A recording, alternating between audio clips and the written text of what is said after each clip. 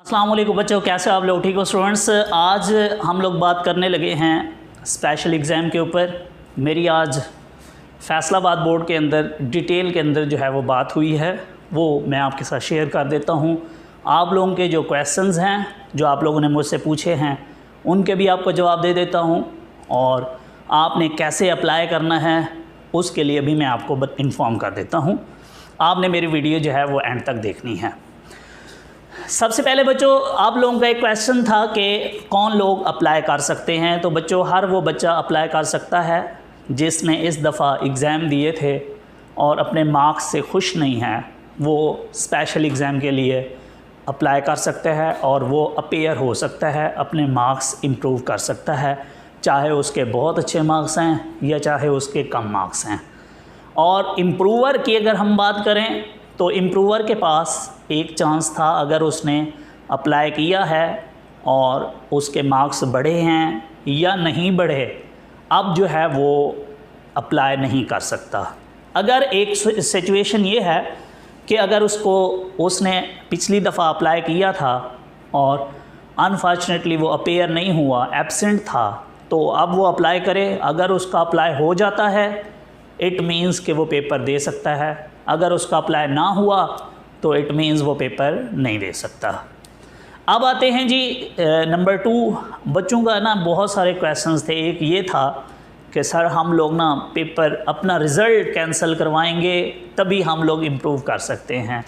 यार, result cancel करवाना लाजमी नहीं है, आप लोग रिज़ल्ट कैंसिल करवाने की तरफ ना जाओ बच्चों। आप लोग जो है वो अपना रिज़ल्ट इम्प्रूव करो। अब आपने उसे इम्प्रूव कैसे करना है जी? यहाँ बहुत सारे, मैं पिछले 3-4 दिन से ना बच्चों को बार बार बहुत सारी चीज़ों के ऊपर ना जवाब दे रहा हूँ। या तो बच्चे वीडियो नहीं देखते और नीचे कमेंट करके पूछने लग जाते हैं, या फिर वो बच्चे जो है उनको मेरी बात समझ नहीं आती, ये इशू आ रहा है। अच्छा जी, बच्चों ने मुझसे पूछा है कि जी सर अगर हम लोग अपने 3 सब्जेक्ट्स जो हमारे सेकेंड ईयर के थे वो इम्प्रूव करना चाहते हैं तो उसका क्या तरीक़ाकार है। तो बच्चों याद रखिएगा, अगर आप 3 सब्जेक्ट्स अपने इम्प्रूव करना चाहते हो जिसके पेपर हुए थे सेकेंड ईयर में, अब आपने जाना है वहाँ ऑल सब्जेक्ट्स जो आपकी ऑनलाइन वेबसाइट के ऊपर शो हो रहा है बोर्ड की, आपने ऑल सब्जेक्ट क्लिक करने हैं। तो ऑल सब्जेक्ट्स के अंदर ये होगा कि आपके सारे सब्जेक्ट्स वहाँ सिलेक्ट हो जाएंगे, मीन्स आपके पार्ट 1 के भी और पार्ट 2 के भी। तो बच्चों आपने उनको सिलेक्ट कर देना है, और जब आप ऐसे करोगे तो आपका जो रिज़ल्ट अब आपने पेपर देने हैं बच्चों, वो आपके सिर्फ पार्ट 2 के ही पेपर होंगे। जब आपके पास स्लिप आएगी तो उसके ऊपर पार्ट 2 के ही पेपर लिखे होंगे और आपने पार्ट 2 के पेपर देने होंगे। और पार्ट 2 के पेपर जो आपका मेन आपके इलेक्टिव सब्जेक्ट हुए थे, आप उनके पेपर दोगे, और उसका जो रिज़ल्ट है, ये आप लोगों के लिए अच्छी न्यूज़ होगी कि उसका जो रिज़ल्ट होगा वो आपके जो बाकी कंपलसरी सब्जेक्ट्स हैं उन पे भी अप्लाई हो जाएगा, और जो बाकी आपके दूसरे सब्जेक्ट्स हैं मींस पार्ट 1 के, उसके ऊपर भी वो अप्लाई हो जाएगा। और इस तरीके से जिस तरह इस दफ़ा एनुअल एग्ज़ाम में 2021 के अंदर आपके पेपर आपका रिज़ल्ट आया था, एज़ इट वैसा ही आपका रिज़ल्ट आएगा उसी फार्मूले के अकॉर्डिंग। अगर आपने ऑल सब्जेक्ट क्लिक किए और ऑल सब्जेक्ट्स के अंदर आपको अपना रिज़ल्ट कैंसिल करवाने की भी ज़रूरत नहीं है, आप जस्ट अपना जो है वो रिज़ल्ट इम्प्रूव कर सकते हो। क्योंकि बच्चे मुझे ये कह रहे थे कि जी अगर हमें दोबारा उसी फार्मूले को फॉलो करना है तो अपना रिज़ल्ट कैंसिल करवाना होगा। यार ऐसा कुछ नहीं है, आपने अपना रिज़ल्ट कैंसिल नहीं करवाना, आपने इम्प्रूव करना है, और ऑल पे क्लिक करोगे तो ये सारी स्टोरी आपके सामने आ जाएगी। अब आते हैं, कुछ बच्चे ऐसे थे सर कहते हैं जी हमारे 2 के अंदर जो है हमारे अच्छे मार्क्स हैं सर, हम सिर्फ एक सब्जेक्ट ना अपना इम्प्रूव करना चाहते हैं, तो ज़रा हमें बताएं क्या एक सब्जेक्ट को हम इम्प्रूव कर सकते हैं। तो बच्चों आप बिल्कुल, ये आपका राइट है, आप एक सब्जेक्ट को इम्प्रूव कर सकते हो। यहाँ इसी बैड न्यूज़ ये ज़रूर है कि अगर आपने पार्ट 1 का आपने पार्ट 2 का कोई एक सब्जेक्ट इम्प्रूव करना चाहा तो उसी के अंदर आपके मार्क्स इम्प्रूव होंगे, और ज़ाहिर सी बात है जो उसका पार्ट 1 होगा आपका वो भी सिलेक्ट हो जाएगा जब आप ऑनलाइन अप्लाई करोगे। लेकिन याद रहे इस दफ़ा पार्ट 1 का कोई पेपर नहीं होना, इस दफ़ा पार्ट 2 के ही आपके पेपर होंगे, क्योंकि पार्ट 1 के पहले भी नहीं हुए थे।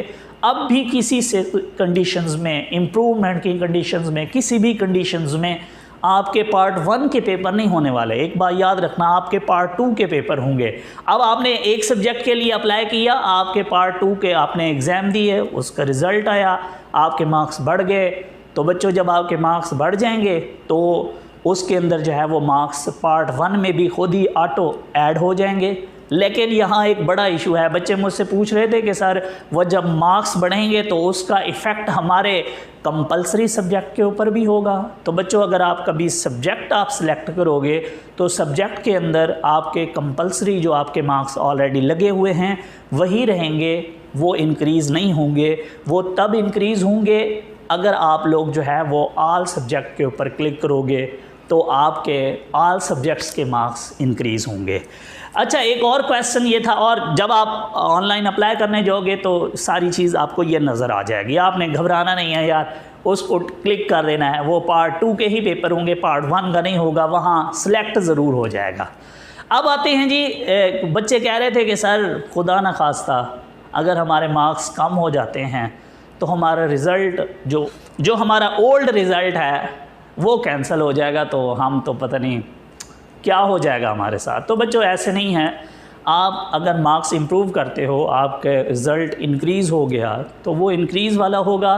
अगर आपके मार्क्स इम्प्रूव नहीं होते तो आपका वो पुराना रिज़ल्ट रहेगा, वो कहीं नहीं जाने वाला। तो इम्प्रूवर अगेन आप लोग बेटा, आप लोग एग्ज़ाम में अब अपेयर नहीं हो सकते अगर आपने पहले एग्ज़ाम दिया है, या आपने मार्क्स बढ़े हैं या नहीं बढ़े, या एक सूरत में अगर आप अपेयर नहीं हो पाए तो अगर किसी ने पार्ट 1 इम्प्रूव करना था तो काइंडली वो भी अप्लाई ना करे, क्योंकि इस दफ़ा पार्ट 1 के पेपर नहीं होने, वो इसकी तरफ ना जाए, इम्प्रूवमेंट की तरफ।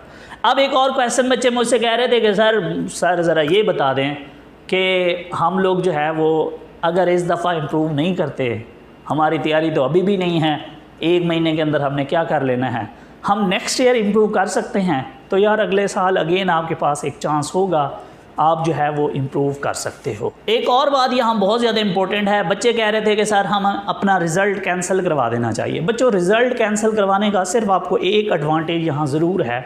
वो बच्चे जिनको कॉन्फिडेंस है कि यार मेरे नंबर बढ़ेंगे, तो वो अपना रिज़ल्ट कैंसिल करवाएं। और रिज़ल्ट कैंसिल करवाने का आपको ये एडवांटेज ज़रूर होगा कि आपके पास एक चांस बच जाएगा, आप नेक्स्ट ईयर अगेन भी इम्प्रूव कर सकते हो, अपने मार्क्स बढ़ा सकते हो। अगर आपने रिज़ल्ट इस दफ़ा कैंसिल ना करवाया तो ये आखिरी चांस होगा, और फिर आप कभी पूरी ज़िंदगी जो है अपने रिज़ल्ट इम्प्रूव नहीं कर सकते। ये आपने याद रखना है। रिज़ल्ट कैंसिल करवाने का आपको ये एडवांटेज ज़रूर है, और ये सिर्फ वो लोग लें जिन लोगों को अपने ऊपर कॉन्फिडेंस है कि यार कोई नहीं, हम इस दफ़ा नहीं तो अगले साल सही। एक और चीज़ थी जी, बच्चे कह रहे थे कि जी इसकी फ़ीस कितनी होती है। तो यार ये तकरीबन 2300-2400 फ़ीस है। जब आप ऑनलाइन अप्लाई करोगे तो वहाँ वाउचर निकल आएगा, बैंक के अंदर आपने उसको जमा करवाना है और आपकी अप्लाई हो जाएगी। अप्लाई के कुछ डिफरेंट तरीके हैं। कुछ बोर्ड्स कह रहे हैं कि जी आपने फॉर्म जो है वो हमें बाई हैंड जमा करवाना है। कुछ बोर्ड्स कह रहे हैं कि जी आप ऑनलाइन आपने अप्लाई कर दिया, उसकी फ़ीस पे कर दी तो बस काफ़ी है। अच्छा, एक और बच्चों का बड़ा कॉमन सा क्वेश्चन था कि सर अगर हम इस चक्कर में पड़ गए इम्प्रूवमेंट वाले, तो हमारा एडमिशन का तो बोर्ड के अंदर वो डेट, अगर हम इम्प्रूवमेंट के चक्कर में पड़ गए तो जी हमारा तो साल वैसे ही ज़ाया हो रहा है, तो एडमिशन तो हो जाएंगे। हाँ, इसमें हम किसी हद तक कह सकते हैं कि आप लोगों का साल लग जाएगा, क्योंकि आप लोगों ने जब एग्ज़ाम में अपेयर होना है तो फिर उसका रिज़ल्ट आएगा, और आपको पता है आजकल रिज़ल्ट कितनी देर बाद आ रहे हैं। तो अगर ऐसा हुआ तो डेफ़िनेटली यूनिवर्सिटी जो है वो वेट नहीं करेंगी, और ये इस तरीके से आपका साल ज़ाया होने के मैक्सिमम चांसेस हैं। तो बच्चों, अगर आप लोगों को मेरी वीडियो अच्छी लगी हो यार, तो आप लोग मेरे चैनल को सब्सक्राइब करो और अपने दोस्तों के साथ भी ये मेरी वीडियो शेयर करो, ताकि ये मेरा पॉजिटिव मैसेज उन तक पहुंच जाए। दुआओं में याद रखिएगा यार। Thank you so much. अल्लाह हाफ़िज़।